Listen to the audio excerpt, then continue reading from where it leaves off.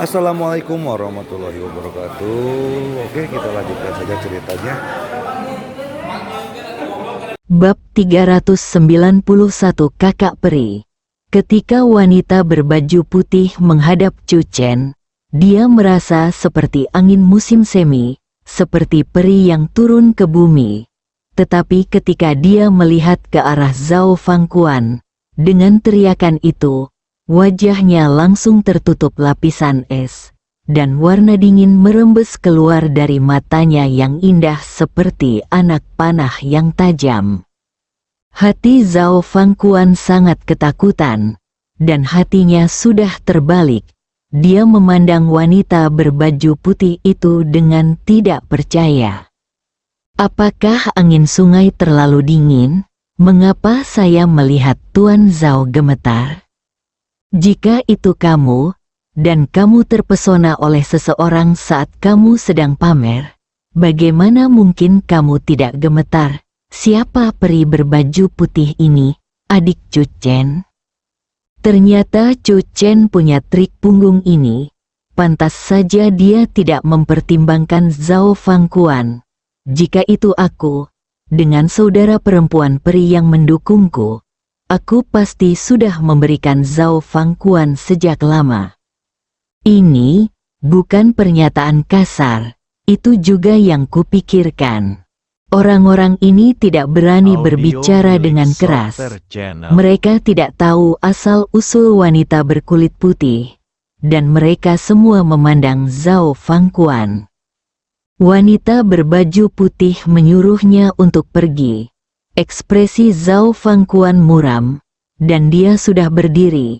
Mungkin karena angin kencang, pakaiannya bergetar. Siapa kamu? Beraninya kamu berbicara dengan pamanku seperti ini? Zhao Tianhao tidak peduli tentang itu. Dia mengira Zhao Fangquan terlempar karena dia tidak berhati-hati sejenak dalam hati. Zhao Fangquan adalah eksistensi seperti dewa. Bagaimana dewa bisa membiarkan orang lain mempermalukan mereka? Zhao Tianhao menatap wanita berbaju putih itu, penuh amarah. Patah. Semua orang hanya melihat wanita berbaju putih melambaikan lengan bajunya. Bahkan tanpa melihat bayangannya, Zhao Tianhao langsung jatuh.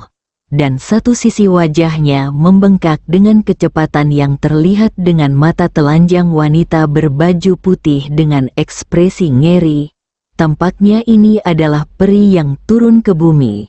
Tetapi di mata Zhao Tianhao saat ini, dia adalah seorang penyihir raksasa. Bisakah taruhan yang baru saja kamu bayar dipenuhi sekarang? Cu Chen berjalan dan menatap Zhao Tianhao. Sebelum Zhao Fangquan muncul, Cu Chen sudah mengetahui kedatangan wanita berbaju putih itu. Karena itu, dia yakin, belum lagi Zhao Fangquan, seorang raja singa Amerika Selatan, Cu Chen masih bisa menantangnya meskipun dia adalah seorang master hebat di dunia seni bela diri. Terlebih lagi, dia sepenuhnya masuk akal. Tubuh Zhao Tianhao bergetar, wajahnya menjadi pucat, dan dia menatap Zhao Fangquan dengan mata memohon, dan pupil matanya tiba-tiba menyusut. Zhao Fangquan berbalik dan pergi. Tidak ada nostalgia sama sekali. Paman, suara Zhao Tianhao sangat melengking. Kecepatan Zhao Fangquan menjadi lebih cepat. Keluarga Zhao memiliki seorang putra yang berkuasa di segala arah. Cu Chen memandang Zhao Tianhao dan berkata sambil tersenyum, apakah kamu benar-benar berharap dia masuk neraka bersamamu? Wajah Zhao Tianhao pucat pasi. Berenanglah di sana sendirian, atau haruskah aku mengantarmu?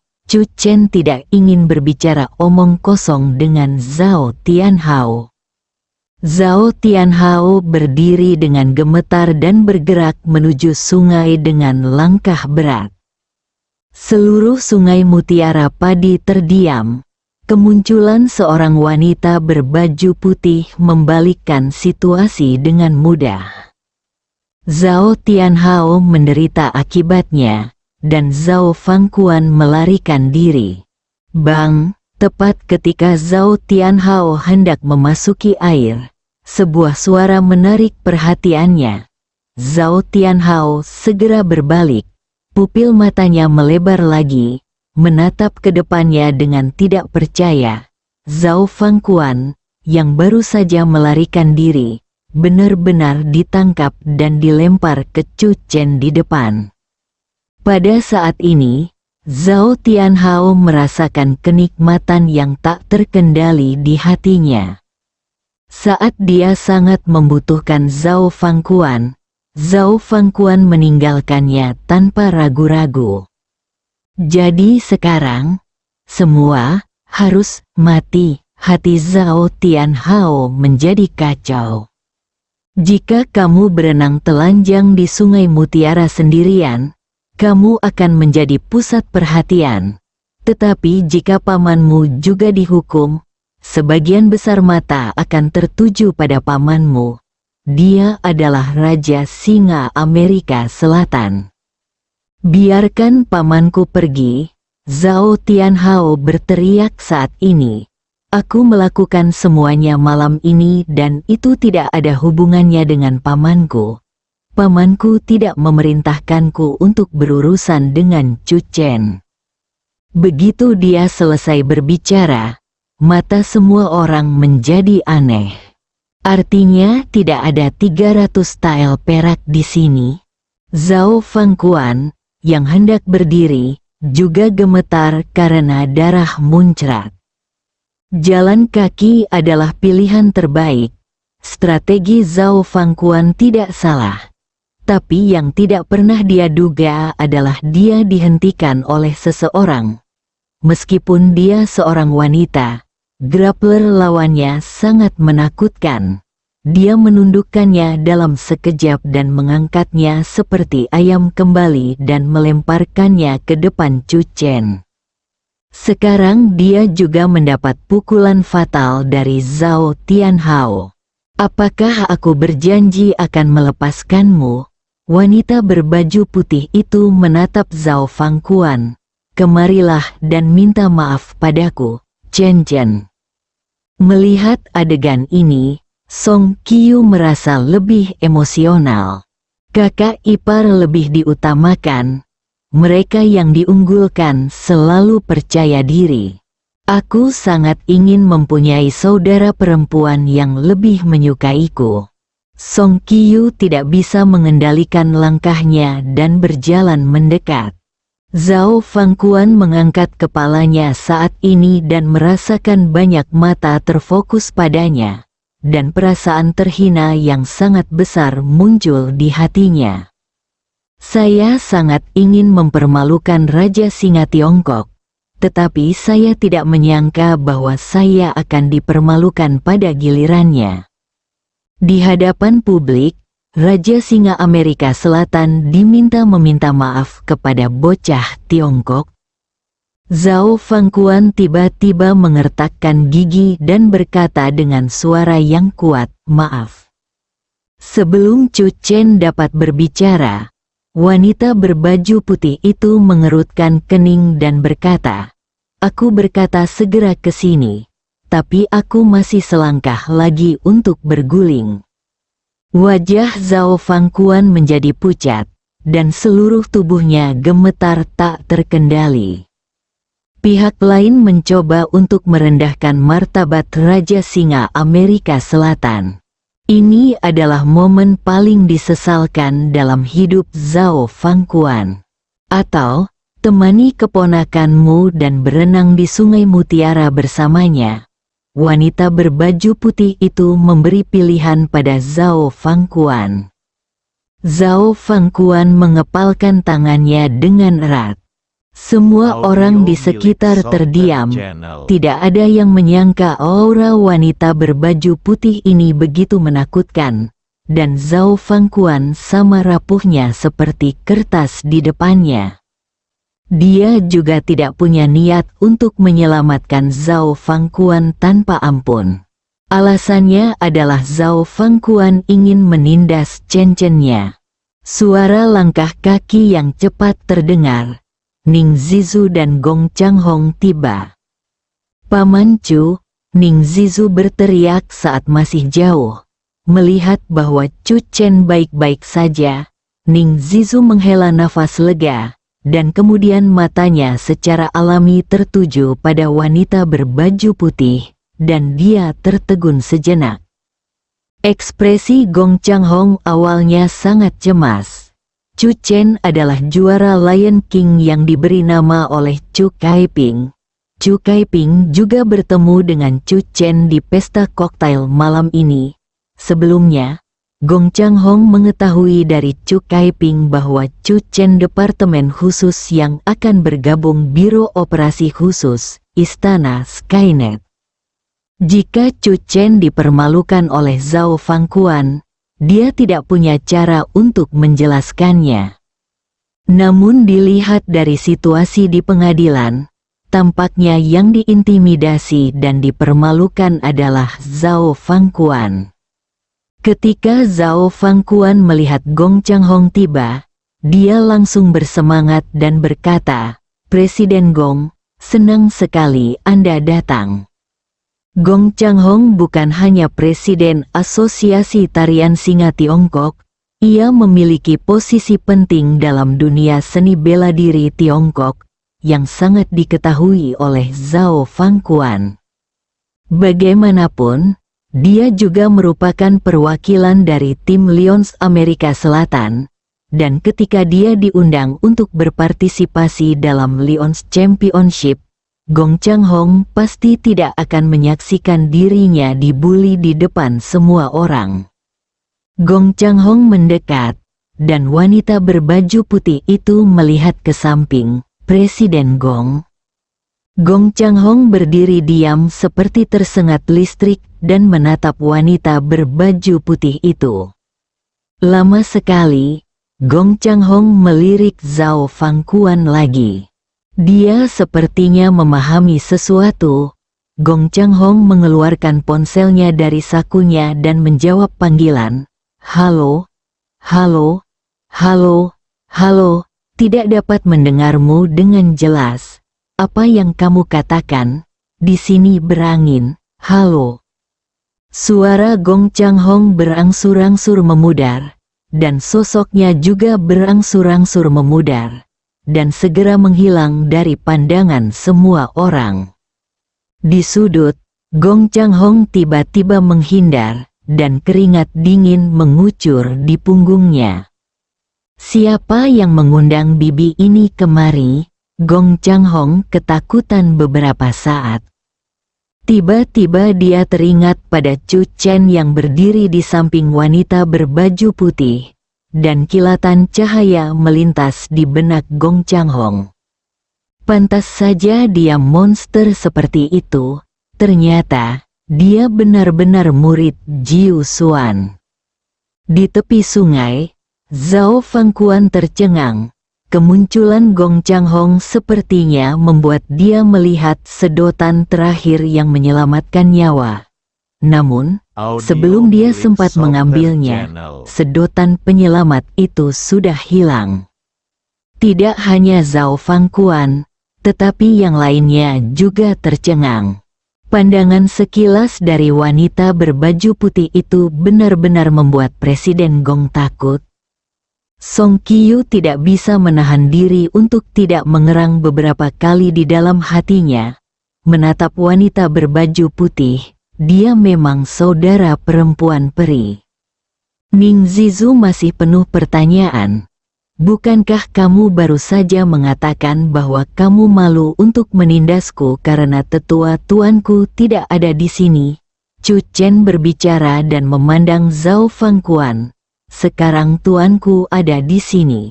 Kamu dapat memulai penampilanmu." Bab 392 Nangong Yun. Begitu Chu Chen selesai berbicara, semua penonton terkejut. Wanita misterius dan misterius berbaju putih ini ternyata adalah Tuan Chu Chen. Meskipun semua orang terkejut, mereka juga merasa lega. Tidak heran wanita berbaju putih begitu protektif terhadap Chu Chen, bersikeras agar Zhao Fangquan pergi dan meminta maaf.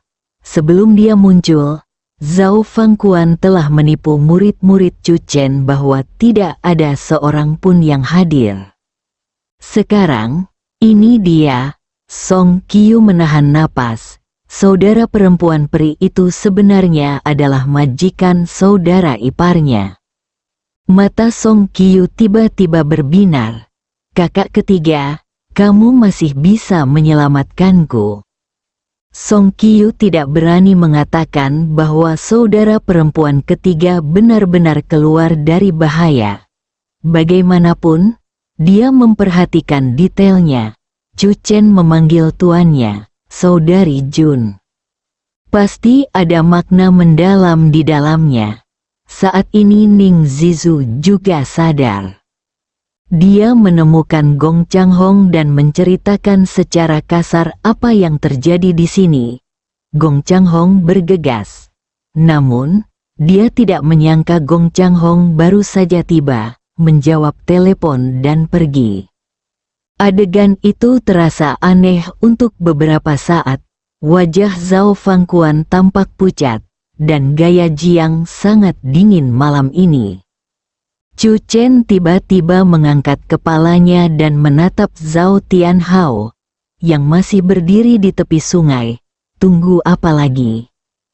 Tunggu pamanku, Zhao Tianhao hampir berkata tanpa berpikir. Tetapi alasan terakhir membuatnya menelan kata-kata itu. Melihat Zhao Fangquan, Zhao Tianhao tiba-tiba merasa bahwa itu adalah hal yang membahagiakan, bisa melarikan diri dari tempat kejadian. Ambil napas dalam-dalam, Zhao Tianhao berbalik, mengertakkan gigi, dan melompat ke udara. Dengan cipratan air, Zhao Tianhao berenang menuju sisi lain Sungai Mutiara. Mata semua orang kembali tertuju pada Zhao Fangquan. Zhao Fangquan sedikit gemetar. Dia belum pernah diintimidasi seumur hidupnya, dan dia tidak pernah menyangka akan dipermalukan di sini. Zhao Fangquan benar-benar ingin memandang pihak lain dengan bermartabat, tetapi perasaan yang diberikan wanita berbaju putih itu terlalu kuat. Meskipun Zhao Fangquan sombong, dia tidak bodoh. Dia tahu mengapa Gong Changhong datang dan kemudian pergi sekarang. Setelah berpikir sejenak, Zhao Fangquan melangkah maju dan membungkuk sedikit. Maaf, akulah yang menyinggung perasaanmu malam ini. Wanita berbaju putih itu mengerutkan kening. Apakah ada yang salah dengan pemahamanmu atau kamu tuli? Aku bilang, cepat ke sini. Zhao Fangquan merasa tercekik. Kamu, jangan terlalu sering menindas orang lain. Zhao Fangquan mengepalkan tangannya. Meskipun kekuatannya tidak sebaik wanita berkulit putih, dia adalah perwakilan dari fraksi Singa Amerika Selatan dan memiliki status yang menonjol. Dia juga merupakan sosok tingkat VIP ketika dia datang ke Tiongkok untuk berpartisipasi dalam pesta kota panitia kompetisi. Ia tidak percaya pihak lain benar-benar berani mempermalukannya apapun konsekuensinya. Patah. Tamparan keras menghantam Zhao Fangquan hingga matanya dipenuhi bintang dan dia terhuyung mundur beberapa langkah. Apakah aku mengganggumu? Wanita berbaju putih itu tampak sedingin es. Apakah kakakmu ada di sini? Biarkan dia keluar. Jika tidak, datang saja dan minta maaf padaku. Chen, dan itu saja. Semua orang memandang Zhao Fangquan dengan aneh. Kata-kata wanita berbaju putih agak familiar. Bukankah ini cara Zhao Fangquan menangani Chu Chen sekarang? Sister Immortal hanya memperlakukan orang lain dengan caranya sendiri, kata Song Qiyu. Kapan dia menjadi adik perimu? Ning Zizu melirik Song Qiyu dan berkata tanpa malu-malu, lalu menatap wanita berbaju putih. Dia jelas adalah adik periku. Tidak ada yang berani berbicara mewakili Zhao Fangquan. Trump, singa Australia yang mabuk, telah menghilang di balik kerumunan. Zhao Fangquan gemetar, tiba-tiba mengertakkan giginya, berguling ke tanah, memejamkan mata. Suaranya hampir menderu, dan seluruh tubuhnya gemetar. Maaf, saya salah. Hati Zhao Fangquan dipenuhi darah. Dia tidak akan pernah melupakan rasa frustrasi seperti ini selama sisa hidupnya.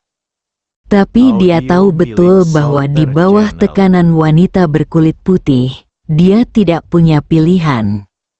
Daripada menyerah setelah dipukuli beberapa kali lagi, lebih baik akhiri malam frustasi ini secara langsung. Chu Chen jelas bisa merasakan kebencian dari pihak lain. Namun, dia tidak peduli. Suara seseorang datang dari kejauhan. Hei, Zhao Tianhao berenang cukup cepat. Dia sudah mencapai sisi lain, tapi dia tidak berenang kembali. Mari kita pergi dengan putus asa. Saya rasa dia tidak memiliki keberanian untuk menginjakkan kaki di tanah Tiongkok ini lagi dalam hidupnya. HMPH, orang yang melupakan nenek moyangnya harus mendapat balasan ini. CK, Zhao Fangquan cukup pandai dalam memilih peluang. Kapan dia meletakkan ekornya di antara kedua kakinya dan melarikan diri dengan putus asa? Melihat Zhao Fangquan seperti itu barusan, saya tidak tahu kenapa, tapi saya hanya merasa senang. Ayo pergi, ayo minum, semua orang juga berpencar. Tepi sungai, Chu Chen membuka tangannya dan berkata dengan senyuman di wajahnya, "Saudari Jun, mengapa kamu ada di sini?" Chu Chen memeluk wanita berbaju putih itu. Pupil Song Qiyu menyusut, lalu dia menatap ke langit. Aku tahu keluarga kita Chen Chen telah keluar dari jimat penenang jiwa. Jadi tentu saja aku ingin datang dan menemuimu. Wanita berbaju putih itu memandang Chu Chen sambil tersenyum. Sudut mulut Chu Chen sedikit bergerak. Para master memang tahu bahwa dia disegel oleh jimat penekan jiwa. Tapi mereka semua menutup mata. Hanya butuh 5 tahun untuk keluar dari jimat penekan jiwa, yang menunjukkan bahwa kamu layak menjadi seorang jenius yang hanya terjadi sekali dalam 100 tahun. Wanita berbaju putih itu memandang Chu Chen dari atas ke bawah, dan berkata dengan setengah tersenyum, "Ku dengar kamu masih punya istri. Ayo, ajak adikku menemui istrimu." Wanita berbaju putih menarik Chu Chen dan kemudian memperhatikan Ning Zizu dan Song Qiyu di samping Chu Chen. "Saudari Jun, izinkan saya memperkenalkan Anda," Chu Chen berkata, "ini Ning Zizu." Sebelum Chu Chen selesai berbicara, wanita berbaju putih berkata, "Keturunan Tuan Ning." Chu Chen mengangguk. Ning Zizu buru-buru memberi hormat dan tanpa sadar berkata, "Halo, kakak peri." Melihat ini, Song Qiyu menjadi cemas dan berinisiatif untuk berbicara. "Halo, kakak peri. Nama saya Song Qiyu, dan Chu Chen adalah saudara ipar saya." Wanita berbaju putih itu mengangguk. Kali ini, Gong Changhong muncul lagi, berjalan ke arah wanita berbaju putih, dan berkata dengan hormat, "Nona Nangong." "Nangong Yun, seorang wanita berkulit putih, adalah pemimpin salah satu dari 9 pembuluh darah sekte Jiuxuan dan juga salah satu master Chu Chen. Gong Changhong pernah melihat Namong Yun melakukan kungfu sungguhan secara kebetulan, dan terkejut saat itu. Dia tahu betul bahwa kekuatan dan status orang kuat seperti Namong Yun jauh lebih unggul dari seorang pejuang sekuler seperti dia. Chu Chen sebenarnya adalah muridnya. Gong Changhong menghela nafas, dan pada saat yang sama dia semakin mengagumi Chu Kaiping. Visi tim Chu begitu luar biasa sehingga dia langsung mengatur agar Chu Chen memenangkan kejuaraan Lion King hari ini. Setelah Namong Yun dengan sopan menanggapi beberapa patah kata Gong Changhong, dia dan Chu Chen meninggalkan padi, Sungai Mutiara. Song Qiyu mengemudi, dengan Chu Chen dan Namong Yun duduk di belakang, dan seorang wanita duduk di kursi penumpang. Ketika Zhao Fangquan hendak melarikan diri pada awalnya, wanita inilah yang menangkapnya kembali. Dia adalah pelayan pribadi Liu Qiaoer. Saudari Jun, apakah adik laki-laki ketujuh memberitahumu tentang situasi yang Xiao Jin?